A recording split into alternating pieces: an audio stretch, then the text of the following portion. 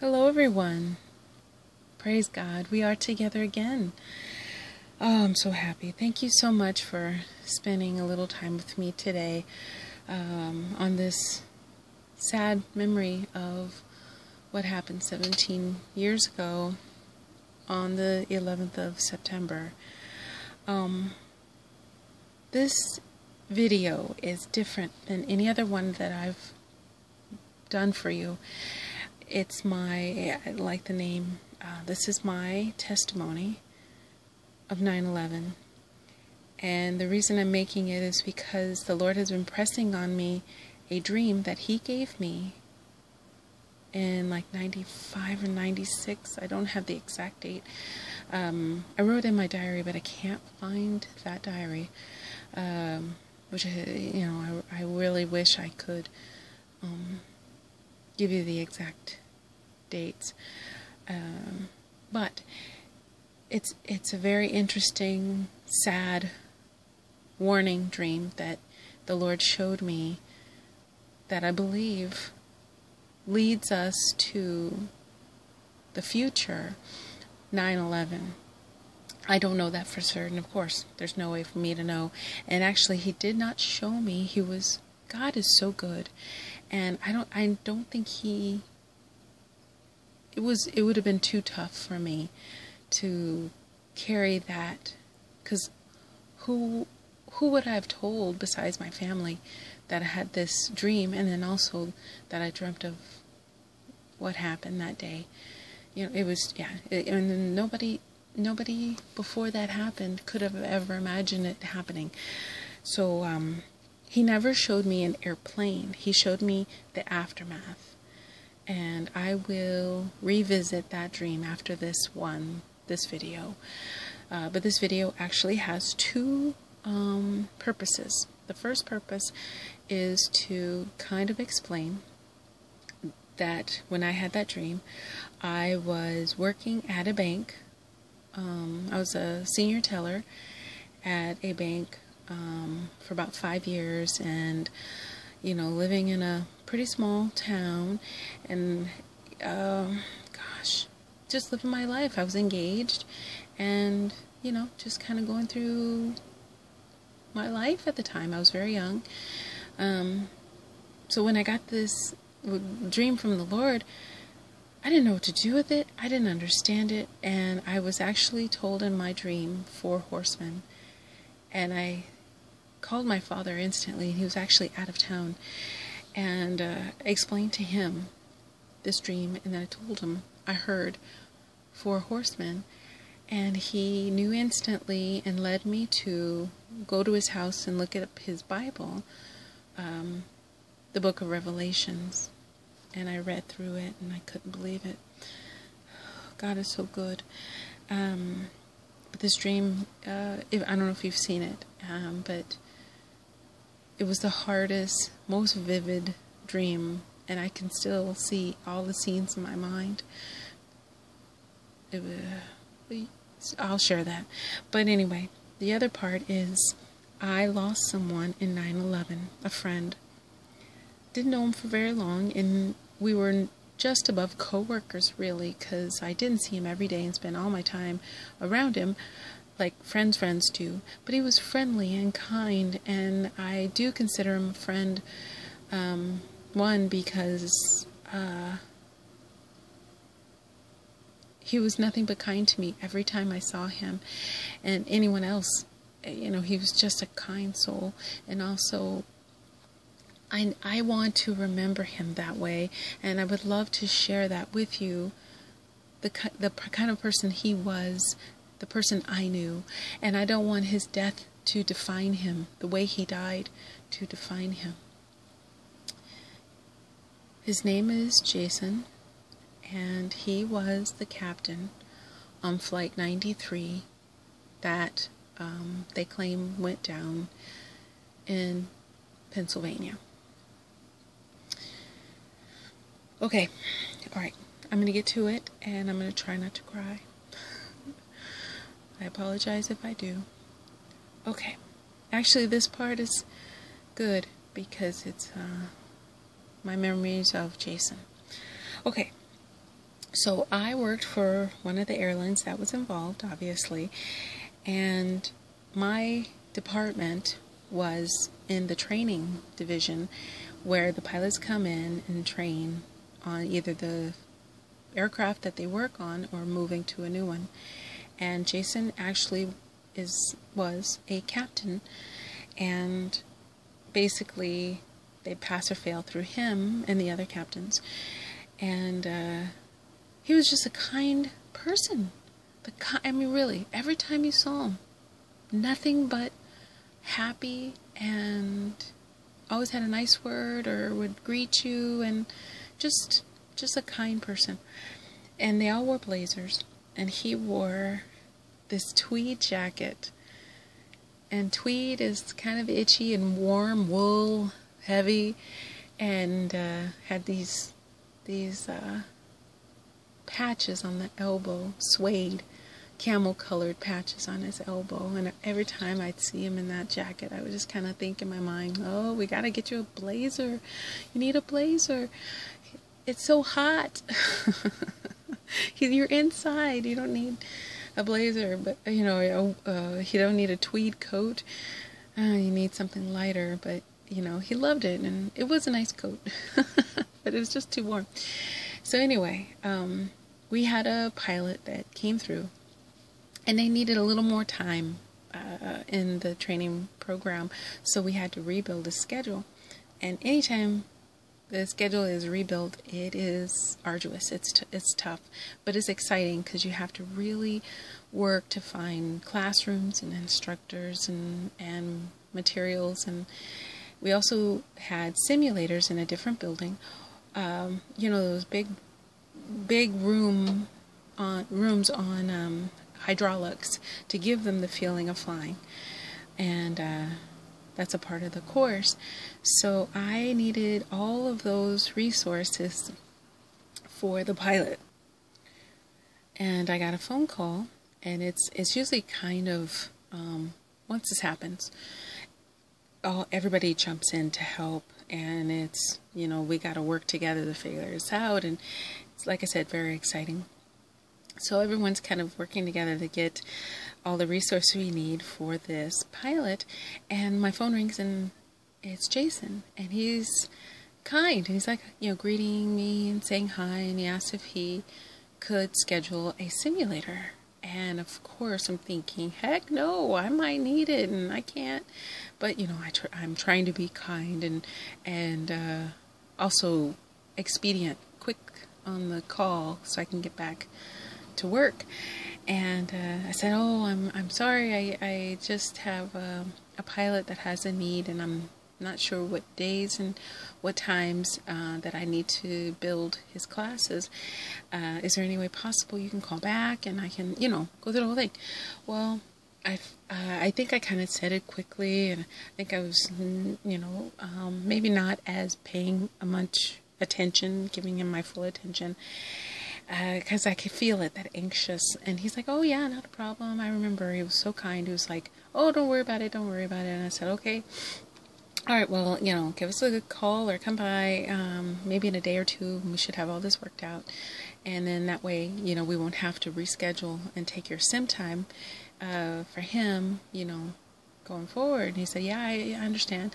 And we got off the phone, and I remember the second I hung up the phone, I kind of like, oh, he's the nicest person, and you could have been a little nicer, a little more courteous. And I just kind of beat myself up, but I had to focus on the schedule. Well, a few days passed, maybe more than a few, and he came in, and of course, the tweed jacket. And I do the same thing in my mind. Oh, the tweed jacket. Gotta get you a new one. Well, he came over to the desk, and I remembered, oh yeah, the sim. And I said, oh, the sim. And I grabbed the book, and I said, oh, I'm so sorry.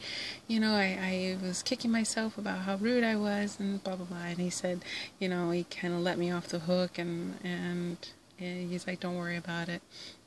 Well, we found the time, and once we got the time, he said, I appreciate it, because I wanted to take my son for a sim ride. And I thought, oh, gosh, I'm the worst person on the planet. He's trying to be nice and share this awesome experience with his son. And I denied him, like, right off the bat. And I just, I'm kicking myself. And I thought, I told him, I said, that's so kind, and what a great, thing to do with your son, and he's going to love this experience. And so anyway, okay, so now that was probably the middle of August 2001, and we get to maybe closer to the end of August, and he comes in. And I'm surprised. I'm like, oh, okay, hi. And he's like, I'm here for my sim ride. And I was surprised because the simulators are in a different building, so I didn't know why he was in the office. And he said, do you mind meeting me at the back door of the office?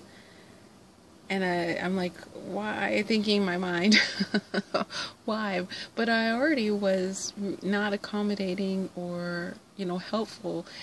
I'm, like I said, I was kicking myself. So of course I can meet you at the back door, accommodating. Sure, whatever you need. I'm thinking, oh gosh, he's going to probably yell at me while we're out there. This is his moment, right? Well, I meet him, and I'm passing all the cubicles for all the other offices. And get to the back door, and when I open the door, I see a truck, a big one, big lifted truck, and dually or something maybe. And I'm looking like, why am I seeing a truck at the back door? And the bed was down. When I kind of focused and looked in the bed, it was a huge sandwich, like on a plank of wood, wrapped in cellophane, plastic wrap. And I'm like, my mind is like, why? I thought I was going to be yelled at. And now I'm seeing a sandwich. So, and then I look a little farther into the bed of the truck, and there's a big red cooler. Oh my goodness, why am I seeing a sandwich in a cooler? What is this? And the truck is so big, I hear the door close, and he comes around, and he's holding a platter of cookies and snacks, and I see his adorable little son holding another platter with maybe brownies, and I'm very confused. And he said, I brought your whole office lunch. And I'm like, what? He said, yeah, I got lunch for all of you. So why? I remember I was so confused, and he said, you all worked so hard to help these pilots get through, and I just wanted to thank you. He did this out of the kindness out of his heart and out of pocket, and this is what he wanted to do, and I couldn't believe it. I thought, this amazing, kind person who threw me a bone and was kind to me, and now he's buying my whole office lunch. I was so proud of him and happy that he was my captain on my fleet, and it was just a wonderful moment. So we kind of paraded the sandwich through the office, and everyone kind of peeked out because, it was a 6-foot sandwich coming through, and a cooler. And I told everybody, I said, come eat. And of course everybody has a plate, right, that they have at their desk. So everyone comes and takes a break, and we set everything up, and he said, I'll come back for the cooler after the sim ride. I said, oh, that's okay. That's great. And his son hands me a white piece of paper, and I look at it. It was a drawing that he made of an airplane flying in the sky, big one, like Wonder Woman's, clear, see-through airplane, and a pilot sticking his little head out the window, and I guess that must have been his dad, and in the clouds, I think over the mountains. But it was awesome, and he's like, this is a thank you, or thank you for the sim ride, letting him go in the sim ride. And it just melted my heart. So I taped it up, proudly for everyone to see. And he said, Jason said he'd be back for the cooler. And I guess maybe he did come back, but I think it was after my shift. So I went, the day ended. Now we were moving past, and that was the last time I saw him.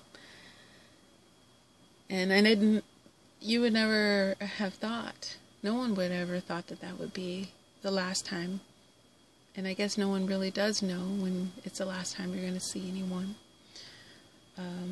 But, you know, August ended.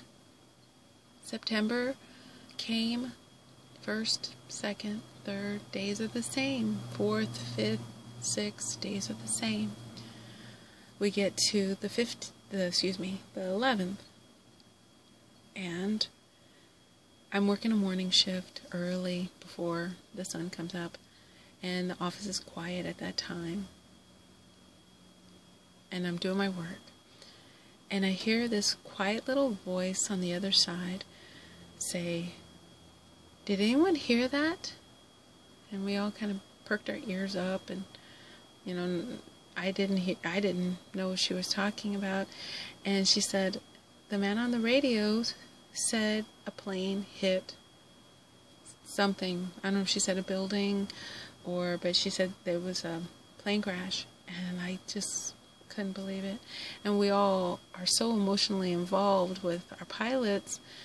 You know, we have such respect for the field, and we all work with them so closely, so it was hard. So I kind of said a little prayer, and I remember that was hard to hear.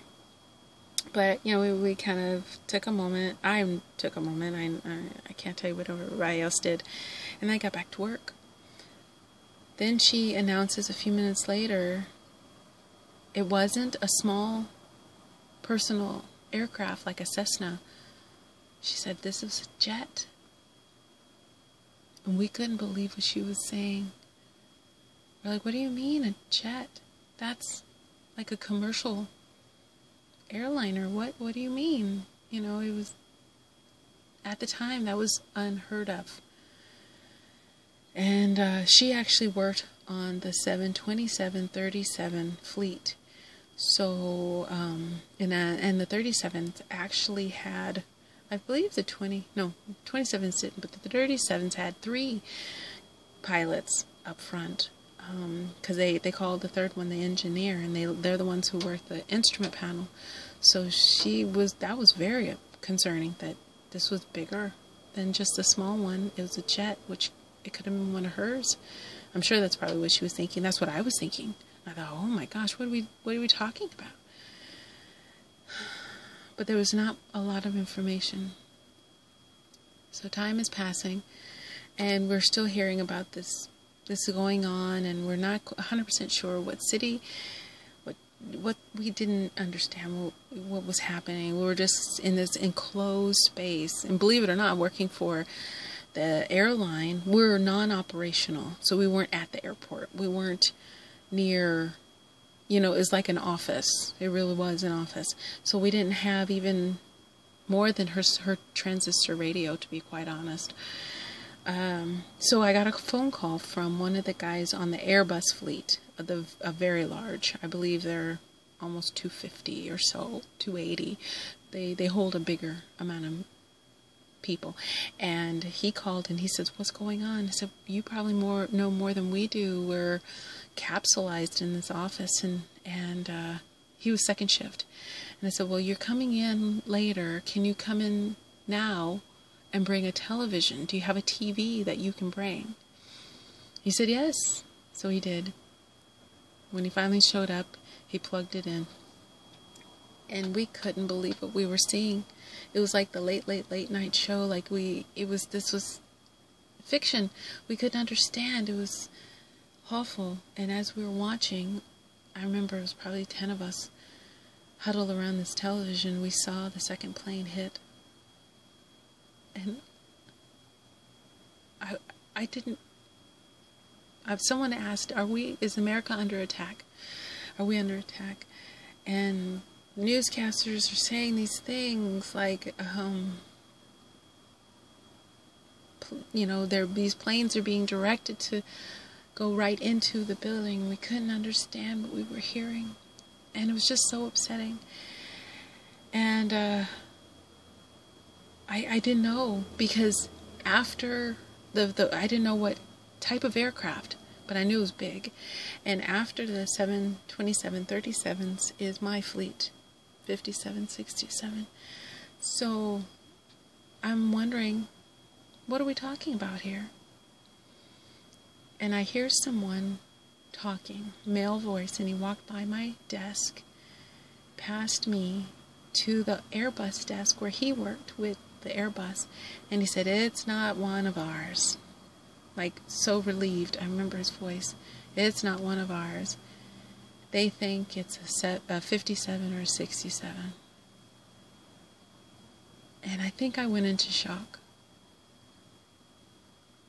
Like, and he didn't even stop to, I remember he sat down in the chair and he was talking to the ladies at his desk and casually, and he didn't even come over and talk to me, and I'm sitting at my desk alone, so all these thoughts are going through my mind, and I all we had was this television, and then we're hearing of the Pentagon, and we're hearing of something happened in Pennsylvania, but it's not clear, and so I turned to my desk, and I have a huge book, and it's all my guys, their personnel numbers. And something said, "Look up their schedule. Look them up." And I said, "Okay." So I started with A, and all my pilots with A, nothing. And I can't tell you the relief. I said, "All right, let's go to B. I don't know what I'm looking for. I don't know what I'm even doing, really, because this is all unheard of, right? This is all new." So then I go through B, and nothing. And I'm so grateful, thanking God. And I get to see, and I'm like, this is good. I'm feeling a little better, because I'm not seeing anything different than normal schedules. And then I got to D, and I was locked out. And my mind froze again. I'm like, why am I locked out? Like, I don't understand. So I clear the screen, I start over, and I'm locked out. And now the screen even shows a little difference. It says something like security something, and I'm locked out. I couldn't understand. And then I got this feeling, this awful, sinking feeling. He's involved. And they closed his schedule so no one could see his schedule. He's involved. I didn't know how. I didn't know. It was awful. That was the day that we lost him. Oh, gosh. So, going to his memorial service, there was no casket, because there was no remains. We all just sat in the church, looked at pictures. And his beautiful family. His wife was a retired flight attendant, and his beautiful children. But there was no casket. There was nothing, just photographs. And it was just the hardest thing, because he was the nicest person I have ever met. And all he did was go to work.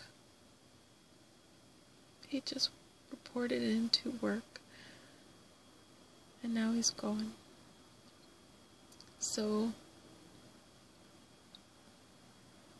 I want to share with you my friend Jason that we lost on that day.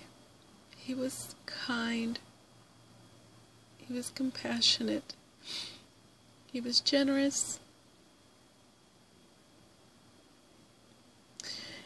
And he was an attentive, loving father. And I'm sure an awesome husband. And my friend. So I don't define him by the day we lost him. but I celebrate the memory of him. Sorry. And I want to share him with you because I do believe one day I will be able to be reunited with him and see him again on that great day with all the other people that I've lost and we've lost. We'll be able to see them again, which could be very soon, and I hope it is because I haven't seen him in a long time. And I have to say, I wish I had that tweed coat. I wish I had it. Oh, anyway, okay.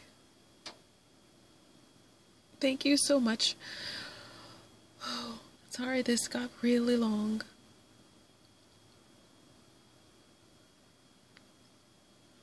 Please take care. And if there's someone in your life that you have a grievance with, or you've had words, I'm asking maybe to find a way to forgive them. Because you never know when it's the last time you'll ever see them again.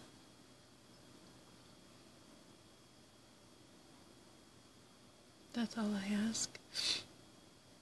God bless you all. Take care. And we'll talk again soon.